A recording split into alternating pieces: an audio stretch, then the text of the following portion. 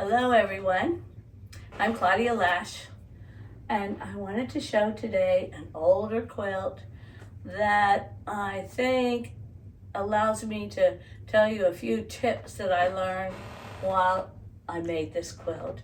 And sometimes we forget, as we get older and do lots of quilts, we forget some of the things that we have done when we're first learning, mistakes we've made, and other good choices that we've made.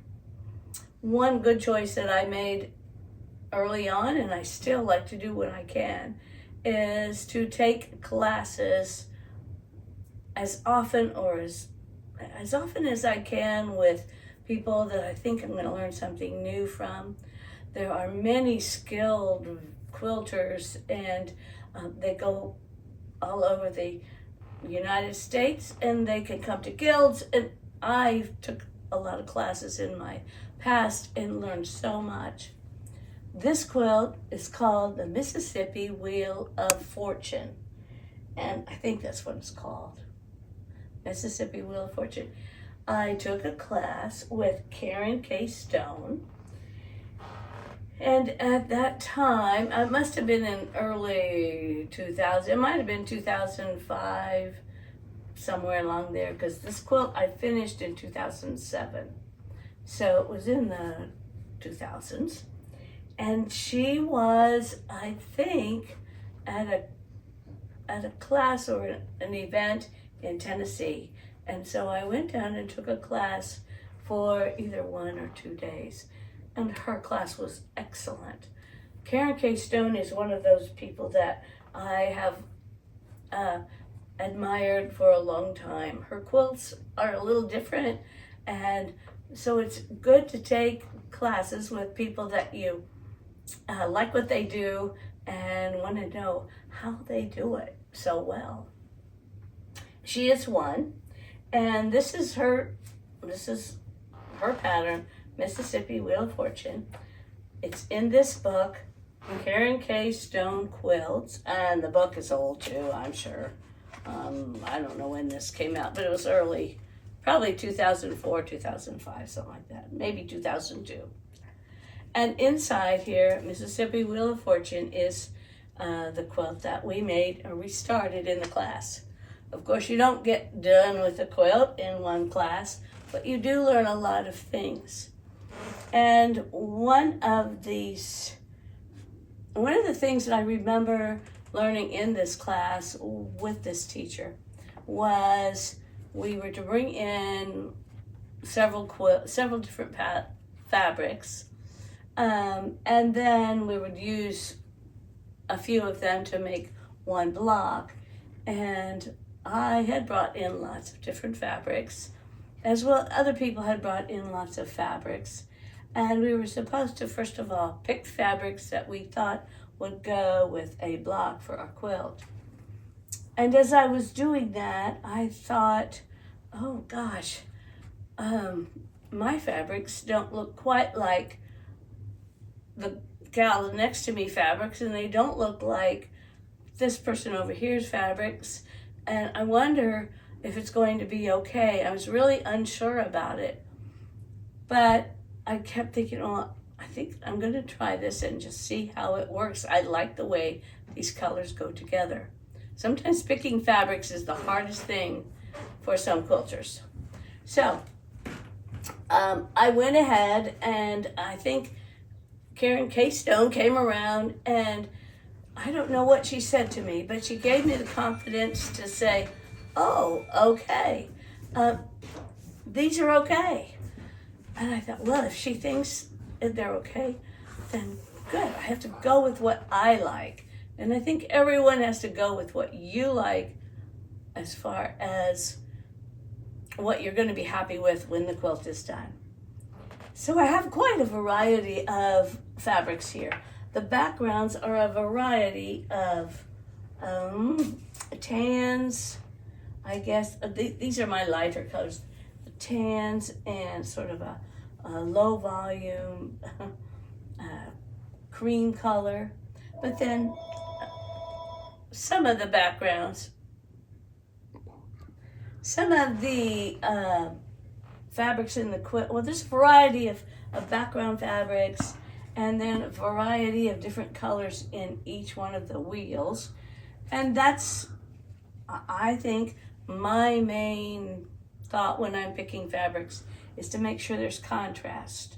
If I have a dark pointy piece, then I want to make sure that this pieces on the background here are going to show up as separate pieces.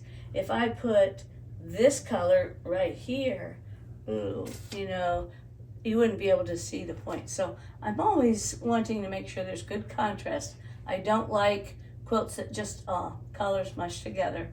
That's not my style. Might be some others, but it's just not me. The other thing I learned when I was doing this class is, I think it might have been the first time that I did trims on top of piecing. So in the class, we learned to make these curved pieces sew together. And then after we had the block sewn, we added trim on top with, you could use rickrack. I don't know, I think some of mine may have rickrack, but most of mine have a little tiny, like an embroidered trim that I think I got at, Joann's, Hobby Lobby, something like that. And this is the first time I actually learned to sew this on. I had never tried something like that, so that was new for me. And I think that might have encouraged me to try other trims on quilts. So a good thing was learned there. Let's see. I had my book with me, I think, in class. And I have little notes all along in the sides here about how to stitch this circle on top, what size stitch to use, and what size stitch to use to add the trim on. So I think going to classes, while you're there, writing down notes to help you when you're at home, I think, generally, I just think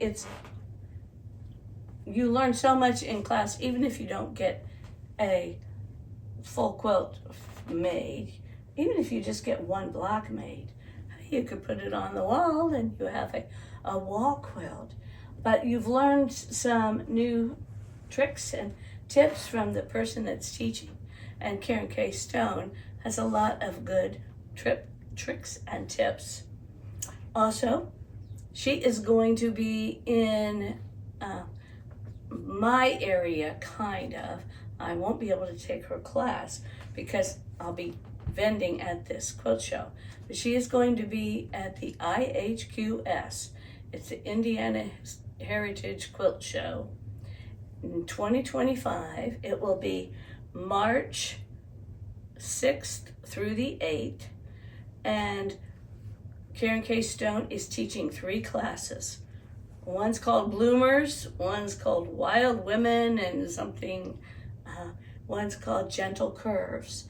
So I encourage you, if I have no idea whether the class is full or half full or anything, but if you're interested, she's a great teacher. I think you'll really enjoy what she has to say.